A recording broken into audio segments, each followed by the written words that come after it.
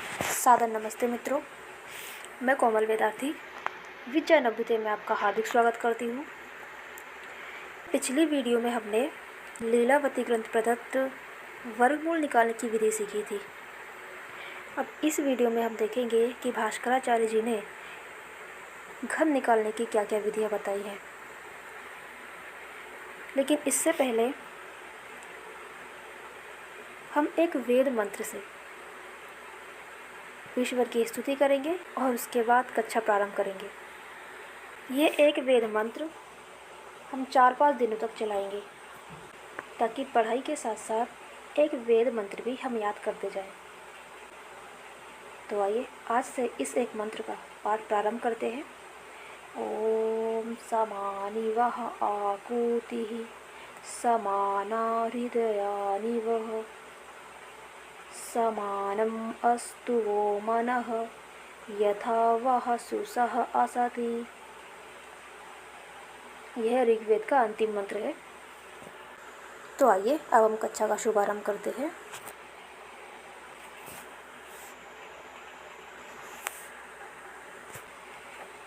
यह जो पहला श्लोक देख रहे हैं आप, इसका अर्थ यहाँ पर है। तो यह पूरा वही कॉन्सेप्ट है जो हमें स्कूलों में पढ़ाया जाता है, जो हम करते आ रहे हैं कि हमें किन्हीं संख्याओं का घन निकालना है तो उन्हें परस्पर 2 बार गुणा कर देना है। ये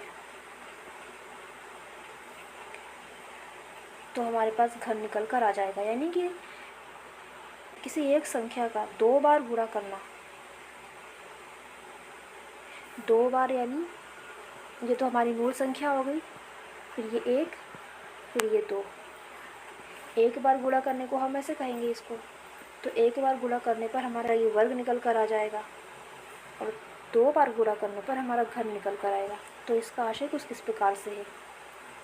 आई होप आपको ये क्लियर हुआ होगा। तो ये चीज़ें यहीं से गई हैं। आगे की जो विधियाँ हैं यह बेशक हमें स्कूल में नहीं पढ़ाई जाती है, तो ये हमारे लिए बहुत नई है। इन्हें समझने में भी थोड़ा टाइम लग सकता है, लेकिन मुश्किल नहीं है, सब कुछ आसानी से हो जाएगा।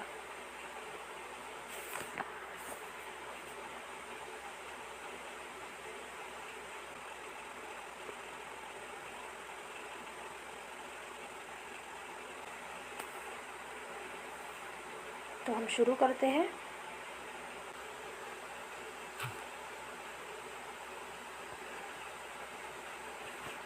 ये जो श्लोक देख रहे हैं आप,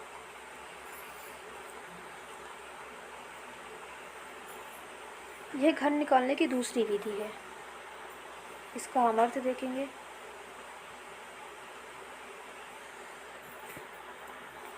तो देखिए, इसको हम अगर थ्योरिकली पढ़ेंगे, थ्योरिकली ही समझेंगे तो ये समझ में नहीं आएगा, बहुत माथापच्ची होने वाला है। फिर कॉन्सेप्ट जो है वो क्लियर नहीं होंगे।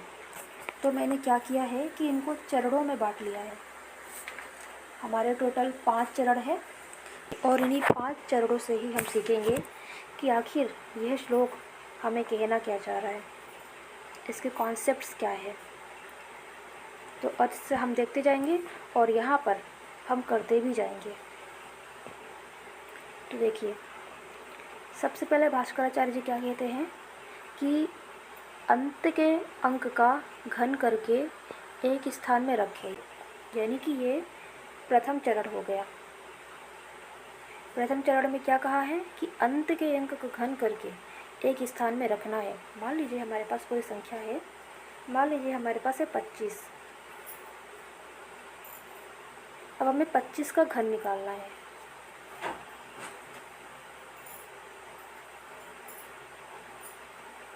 तो क्या कहा है, अंत के अंक का घन करके एक स्थान में रखें, यानी कि हमारा अंत का अंक क्या है, ये है। हम पहले ही अंत का अंक और आदि का अंक जान चुके हैं, पढ़ते आए हैं। और यदि आप ये वीडियो पहली बार देख रहे हैं तो एक बार आपको बता देती हूँ कि हमारी संख्याएं हमेशा यहाँ से शुरू होती है। आधुनिक गणित में भी जब हमें जोड़ घटाना करना होता है या गुणा करना होता है तो हम यहीं से शुरू करते हैं। तो इसे आदिकांक यानी प्रारंभ का अंक लिया गया है और यहाँ की जो संख्या है इसे हम अंतकांक कहते हैं। अब हम पहला चरण देखेंगे। पहला चरण हमारा ये था कि अंत के अंक का घन करना है और उसे एक स्थान में रखना है। तो हमारे पास ये जो अंत का अंक है हम इसका घन करेंगे।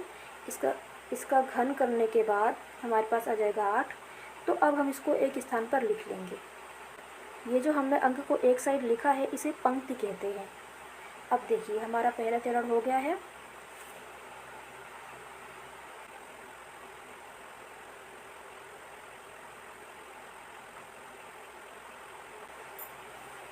अब हम देखेंगे दूसरा चरण। दूसरा चरण क्या कहता है कि फिर अंत के अंक का वर्ग करके आदि अंक से गुणा कर 3 से गुणा करके पहले अंक के नीचे एक स्थान बढ़ाकर रखें। अब दूसरे चरण में है कि वर्ग करना है। तो हमने 2 का वर्ग किया, हमारे पास आ गया 4।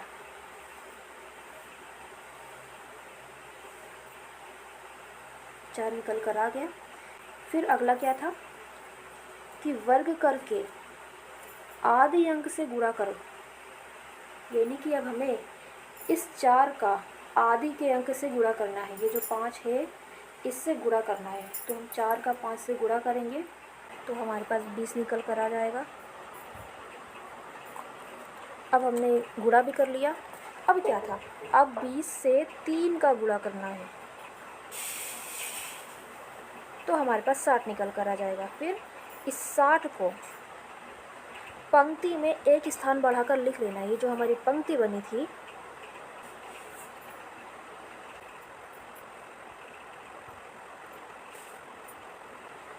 ये हमारी पंक्ति है।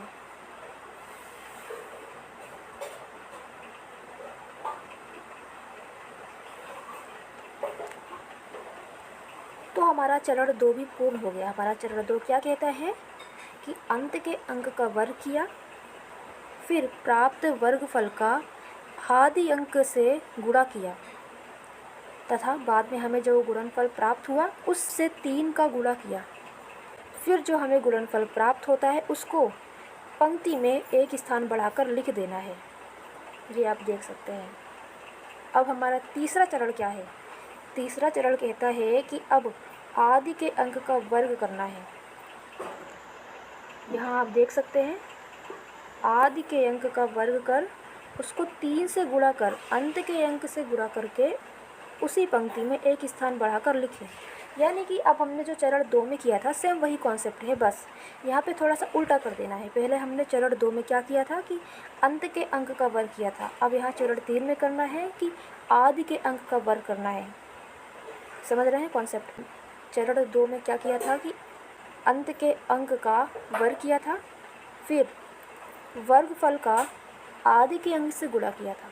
तो अब हम यहाँ पे क्या करेंगे चरण 3 में कि आदि के अंक का वर्ग करेंगे और अंत के अंक से गुणा करेंगे। जैसे हमारे पास 25 था तो हमने दूसरे चरण में इसका वर्ग किया था, फिर इसका इससे गुणा किया था। वर्गफल जो हमें प्राप्त हुआ था वर्गफल का 5 से गुणा किया था, यानी आदि अंक से गुणा किया था।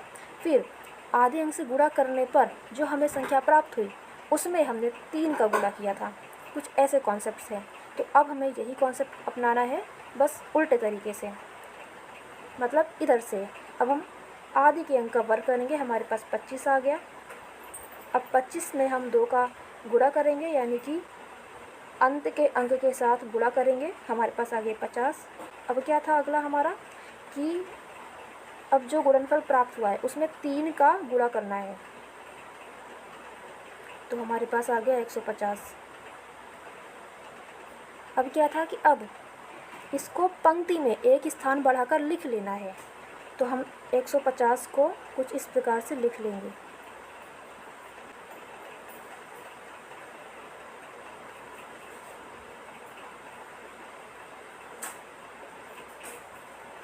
चरण 3 भी हमारा पूर्ण हो गया।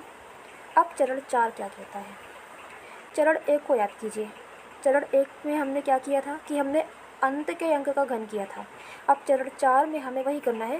पहले हमने अंत के अंक का घन किया था, अब हम आदि के अंक का घन करेंगे। समझ में आ रहा है कॉन्सेप्ट? मतलब हमने हर अंक का करना है, आदि के अंक का भी और अंत के अंक का भी। तो पहले तो हमने अंत के अंक का घन किया था। अब हम लास्ट में जो हमारा चरण 4 है उसमें हम आधी के अंक का घन करेंगे। तो आधे में हमारा क्या था 5, हम 5 का घन करेंगे तो हमारे पास 125 निकल कर आ जाएगा। अब क्या करना है, पंक्ति में 125 को लिख लेना है। हमारे पास ये पंक्ति निकल कर आई थी।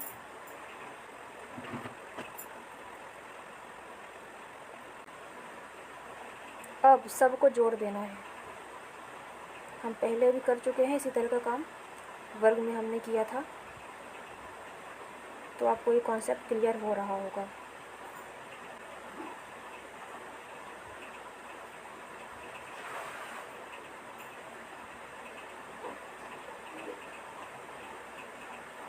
$15,625 देख लीजिएगा, 25 का घन यही होता है। अब आइए कुछ उदाहरण देखते हैं। अब हम निकालते हैं 15 का घन। तो पहला चरण क्या था कि अंत के अंक का घन करना है, हमने 1 का घन कर लिया।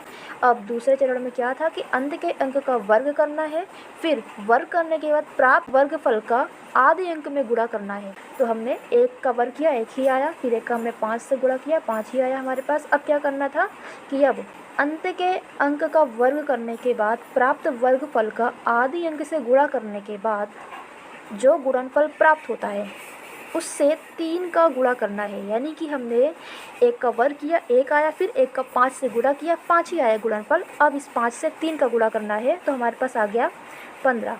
तो इसको हमने पंक्ति में एक स्थान पर लिख लिया। अब हमारा तीसरा चरण क्या था, अब इसके बाद यही अपनाना था। पहले हमने अंत के अंक से किया था, अब आधे के अंक से करेंगे। आधे अंक का हमने वर्ग किया, 25 आ गया। अब 25 में हमने अंत के अंक से गुणा करना है। अब 25 में 3 का गुणा करना है, तो हमारे पास आ जाएगा, पहले हमारे पास 1 था, 15 था, 3 का 25 में गुणा करेंगे तो हमारे पास 75 निकल कर आ जाएगा। तो हम इसको कुछ इस प्रकार से लिख लेंगे। अब चरण 4 क्या था, चरण 4 था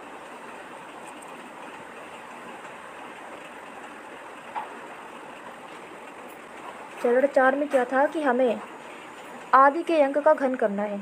सबसे शुरू बार में चरण 1 में हमने अंत के अंक का घन किया था, अब आदि के अंक का घन करेंगे। तो 5 का घन होता है 125। हम इसको यहीं पे लिख लेंगे पंक्ति में, और लिखना इसको इसी प्रकार से जिस प्रकार से मैंने लिखा है।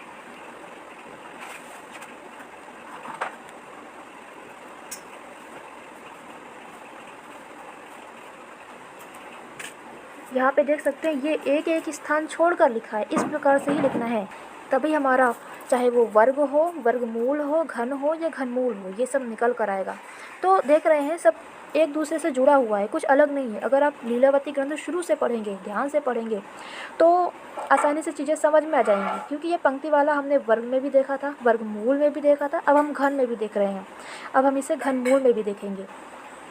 तो चीज़ें ऐसी ही जुड़ी हुई हैं, बस ये थोड़ा सा नया कॉन्सेप्ट है, इसलिए समझने में थोड़ा सा दिक्कत हो सकता है, लेकिन जब बार बार हम सवाल करेंगे तभी समझ में आएगा, क्योंकि गणित अभ्यास से ही आती है।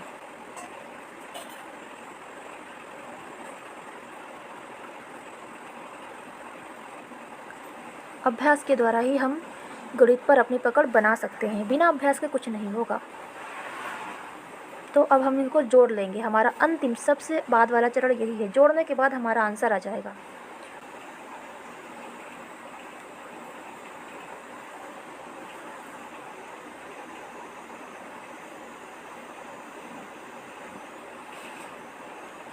$3,375 देख लीजिएगा, 15 का घन यही होता है।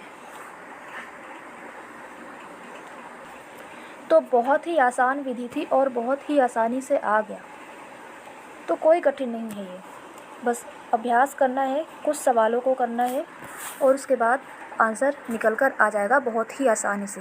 तो ये सारे कॉन्सेप्ट्स हैं जो भास्कराचार्य जी ने बताए हैं, घन निकालने का, वर्ग निकालने का, वर्गमूल निकालने का, सभी एक दूसरे से जुड़े हुए हैं। अगर आपने पिछली वीडियोस देखी होंगी तो आपको क्लियर हुआ होगा क्योंकि वर्ग निकालने में या वर्गमूल निकालने में भी कुछ अलग नहीं था, यही सेम कॉन्सेप्ट था, बस चीज़ें थोड़ी सी बदली है। क्योंकि घन निकालना है हमें इस बार, उस बार हमें वर्ग निकालना था या वर्गमूल निकालना था, तो चीज़ें थोड़ी बहुत चेंज हुई है, बाकी कॉन्सेप्ट वही है। तो पिछली वीडियोज़ भी ज़रूर देखें, उसमें भी सेम यही कॉन्सेप्ट मिलेगा, अंत के अंक, आदि के अंक, फिर पंक्ति आदि। तो कॉन्सेप्ट वही है, चीज़ें थोड़ी सी बदली है, तो आपस में सब जुड़ा हुआ है, बस थोड़े से अभ्यास की ज़रूरत है, बाकी सब कुछ अच्छे से समझ में आने वाला है। तो उम्मीद करती हूँ कि आपको ये समझ में आया होगा। अब आपके लिए ये कुछ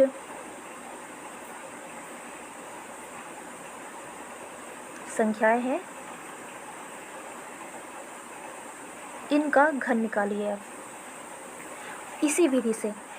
देखिए कैलकुलेटर से तो बहुत आसान है, लेकिन इस विधि से करिए। इस विधि से करने के बाद हमें कमेंट बॉक्स में लिखकर भेजिए, तो हमें भी लगेगा कि हमारे दर्शकों को लीलावती पसंद आ रही है और कॉन्सेप्ट्स क्लियर हो रहे हैं। तो आपको शुभकामनाएं, इनका आप घर निकालिए और हमें कमेंट बॉक्स में लिखकर भेजिए आंसर, या फिर हमें व्हाट्सएप पर पर्सनल भी भेज सकते हैं। तब तक के लिए नमस्ते, मिलते हैं अगले वीडियो में अगली विधि के साथ।